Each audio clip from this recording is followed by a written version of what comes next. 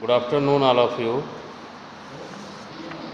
Dear friend, जैसा कि हमें पता है कि कल केमिस्ट्री क्लास 12 की यूपी बोर्ड परीक्षा थी, जिसमें विद्यार्थियों ने एज़ पॉसिबल बहुत ही अच्छा आंसर लिखा हुआ है। डियर स्टूडेंट, हम आपको बताएं कि जिस प्रकार से ये क्वेश्चन क्लास 12th में आए हुए हैं, ये हम आपसे ये कहना चाहते हैं कि ये मोस्टली ट्रेंडिंग के सारे क्वेश्चंस हैं। जिस प्रकार से आपको प्रीवियस डेज़ में आपसे कंसल्ट किया गया, आपको बताया गया, जैसे जैसे सारे क्वेश्चन आप एक एक क्वेश्चन मैच करा सकते हैं कि जिस प्रकार के ट्रेंडिंग के क्वेश्चन आपको बताए गए थे, सेम उसी प्रकार से सारे क्वेश्चन हैं। जैसे हम कुछ क्वेश्चंस को डिस्कस भी करेंगे आपके साथ। जिस सिनारियो में क्वेश्चंस का डिस्कशन था, जैसे अगर हम आपसे बात करें, इस प्रकार से मैंने कहा कि सॉलिड स्टेट केमिस्ट्री से बीसीसी या जिसने भी हमने क्यूबिक लैटिस की चर्चा की थी, जिस प्रकार से उसी प्रकार के क्वेश्चन आए हैं। जैसे पहले क्वेश्चन में पूछा गया, घनीय क्रिस्टलों में अक्षीय दूरियों अथवा कोर की लंबाई होती है। तो इस प्रकार से क्वेश्चन आपको कराए गए थे। इसमें आपको रीजन देना था, घनीय तंत्रों में तीनों अक्षीय दूरियां समान होती हैं, एक दूसरे के लंबवत होती हैं, अर्थात प्रत्येक अक्षीय कोण 90 डिग्री होता है। तो इस प्रकार से आपको कॉन्सेप्ट भी लिखवाए गए थे कि आप इनके आंसर आप सुचारू रूप से दे सकते थे। सेकंड, अगर हम देखा जाए, सेकंड क्वेश्चन जो है वो सोल्यूशन का था। सोल्यूशन में आपको बताया गया कि मोलरता, मोल प्रभास और जो है परासरण दाब, मोलल उन्नयन, मोलल और अवनमन, इस प्रकार से जो हिमांक अवनमन, हिमांक उन्नयन, जिस प्रकार से जो चर्चा किया गया इस टाइप के क्वेश्चन, उसमें से यहाँ पर आप देखिए मोलरता का एक क्वेश्चन दिया गया। ये बहुत ही आसान है। इसमें सिंपल सा फॉर्मूला रखकर उसमें आपको सारी वैल्यू पुट कर देनी थी, आपको आंसर मिल जाता। उसके बाद नेक्स्ट क्वेश्चन मैंने आपसे कहा था, जो ट्रेंडिंग में थे, वो शून्य कोट की अपक्रिया, उसकी यूनिट व्यंजक याद करना था। प्रथम कोट की अपक्रिया, उसकी यूनिट और व्यंजक याद करना था। उसी में से एक क्वेश्चन ये पूछा गया है कि शून्य कोट की अपक्रिया के लिए यूनिट लिखना था, इकाई लिखना था। डियर स्टूडेंट, ये बहुत ही आसान क्वेश्चन था। नेक्स्ट है, जो मैंने आपसे कहा था कि अगर आपको ऑर्गेनिक केमिस्ट्री का बेस प्रिपेयर करना है, तो you have necessary to learn all the naming reactions. तो आपको सभी नेमिंग रिएक्शन को अच्छे से स्टडी करना पड़ेगा। तो स्टूडेंट, यहाँ पर ऑप्शन में एक क्वेश्चन पूछा गया है, what is Gattermann Koch reaction, what is the product of Gattermann Koch reaction. तो you can write it in easy going, that is benzaldehyde as you know also. आप आसानी से इसका आंसर दे सकते थे। नेक्स्ट है अगला, डियर स्टूडेंट, अगर आपको याद हो तो मैंने कहा था कार्बेलामीन द मोस्ट इम्पॉर्टेंट रिएक्शंस। हमने अपने इंपॉर्टेंट क्वेश्चंस में आपको बताया था कार्बेलामीन जो है ये बहुत ही ज़्यादा इंपॉर्टेंट रिएक्शंस है। आप इसको तैयार कर लिए डियर स्टूडेंट, आपके पेपर में आया हुआ है कार्बेलामीन रिएक्शन मैंने।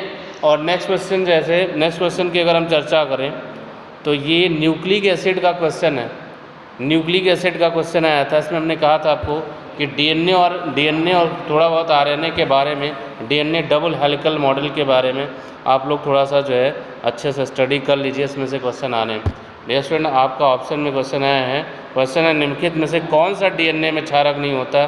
तो बहुत ही आसान सा आंसर है, आप कह सकते हैं यूरेसिल। यूरेसिल जो है नहीं होता है, तो आप आसानी से इसका आंसर दे सकते थे। अब डियर स्टूडेंट, मैंने कहा डेंसिटी से रिलेटेड जो है, डेंसिटी से रिलेटेड आपको क्वेश्चन मिलेंगे। और डियर स्टूडेंट, नेक्स्ट क्वेश्चन जो है, जो न्यूमेरिकल मैंने कहा था कि डेंसिटी से रिलेटेड है, वो चाहे जिस टाइप के क्रिस्टल के लिए होंगे। और यहाँ पर आपका एक क्वेश्चन नेक्स्ट आया हुआ है, जो कि आपने किया होगा, हम आशा करते हैं कि बहुत ही आसानी से किया। और नेक्स्ट क्वेश्चन, क्वथनांक उन्नयन से आप क्या समझते हैं। ये डियर स्टूडेंट मेरे ये जो इम्पॉर्टेंट क्वेश्चन थे, क्वथनांक उन्नयन, मैंने कहा कि जो 4-5 टॉपिक मैंने डिस्कस किया था, उसमें से एक क्वेश्चन ये भी है, क्वथनांक उन्नयन से आप क्या समझते हैं। क्वथनांक उन्नयन विलेय मूलर द्रव्यमान संबंध स्थापित कीजिए। तो इस प्रकार से ये जो है बिलेन का क्वेश्चन है, और ये बहुत ही इजी क्वेश्चन था स्टूडेंट्स।